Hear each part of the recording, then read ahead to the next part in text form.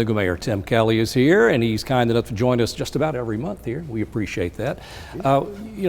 Very sad story from just last week. We're still mourning the loss of Chris Wright, the man who was shot and killed on Market Street Thursday night. About $500,000 has been raised to support his family, and we appreciate those of you who knew him and even those who didn't, who've contributed to that. After the shooting, Mayor, you offered condolences, and you assured that the community that this was an isolated incident. As you see there, the county mayor, something of a different message, saying that gun violence is wreaking havoc across Chattanooga. And he said that people need to be cautious when downtown. So some conflicting messages there. What would you like to say today about the safety of downtown Chattanooga? Well, first, my heart does go out to Chris Wright's family. I was at the funeral. I know the family, went to the same school, and again, the incident happened a block from my office. But downtown is a fundamentally safe place, and I think everybody that works downtown knows that. I mean, we've struggled with our issues. Gun violence is a plague on this community, and we've got to do better. And we are committed to finding common sense solutions to stop it. So, the new police chief has come under some criticism from some quarters. I want to give you a chance to offer whatever comments you'd like to on her performance. Right. You still give her your full support? Of course I do. Again, this is not a Chattanooga. The Chattanooga Police Department did its job in this case with the suspect 60 some odd times. It could be a problem with the legal system. We're looking at that as well, with the judicial system, with the penal system. I think it's a fair question to say, why was this guy out there, considering the crimes that he had been accused of committing? But Chattanooga Police Department had him in custody within 24 hours. It is not a matter of police leadership in any way, shape, or form.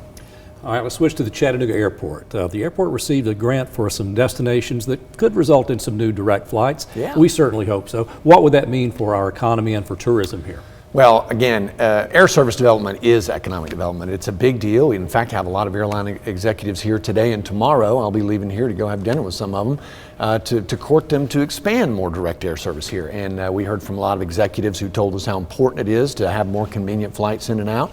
Again, this grant will mean that hopefully we'll get a direct flight to Denver, perhaps Houston, perhaps both. And of course, we've got a 26,000 foot expansion happening at the airport. So the future looks really bright in that regard, and it will have a big impact on economic development and tourism here as well. And we want to welcome those executives to Chattanooga. Hope you enjoy your meal this evening. Yes. Well, your administration has unveiled a roadmap that would expand affordable housing in Chattanooga, and that's a big job right there. Can you explain the initiatives that are out there to help people find affordable housing? Yes, well, we are really at the leading edge of having just announced our housing action plan. The first of those is a down payment assistance plan that's been very, very popular. And from there, it rolls out to increasing the amount of LIHTC, low-income housing tax credits that we'll be able to pull in for developers to build.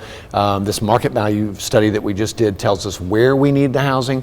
But again, at current, our police, firefighters, teachers really struggle to be able to afford a house in the city of Chattanooga, and that is not acceptable. So again, we've got a lot of money set aside for this, and it is all really pointed at increasing the supply of affordable housing options in Chattanooga. And there's a lot of building going up as you look around now, so we're making some progress.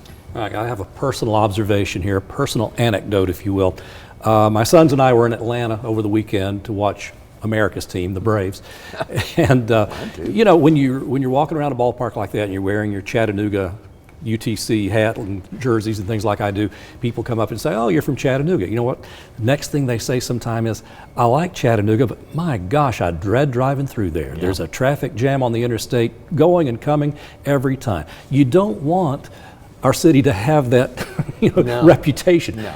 And you're the mayor of a city. There's not a whole lot you can do about interstate highways, but what is being done? I know you're hearing the same thing. Well, the governor announced his plan for choice lanes, which we were fully supportive of for this reason, and it's been approved, and they will begin to roll that out. It'll take some time, but it is happening notably. So the cavalry is on the way. It'll take them a while to get here. In fact, I just left a meeting with TDOT. We meet with TDOT regularly to talk about ways that we can coordinate and speed things up. So it starts with communication with the state, again, as you say. These are the Tennessee Department of Transportation's responsibilities primarily, but we're there to help in any way that we can and to work more closely with them to speed things up. Well, hopefully you can be a loud voice and that squeaky wheel Oh, can I get the have grease. been and will continue to be. You have to be. Montague Park was in the news a few days ago, Yes. and I'm excited about this because I've lived here a long time, and I remember when Montague Park was very vibrant with softball and that sort of thing. Over the years, not so much, but boy, you've got some big plans for that area. We do. I mean, the plan for Montague Park is really fantastic. It's online if you want to Google it, but it really has the potential to be like our Central Park. And the new plan will have elements both for youth sports and recreation and adult as well as integrating these sculpture field elements that have been here and some new areas with more shade, some play areas for kids, and a place for vending, right? There's for people to have farmers markets and things of that nature. As mayors, we're really looking for ways to bring people together and create community in a world that's really trying to drive us apart too often now. And we do that through sports and food and entertainment, and this checks all the boxes, right? Having that public place where people can get together and experience community is really important. I'm looking forward to it. As am I. Always good to see you. Thank you, sir. We'll do this again.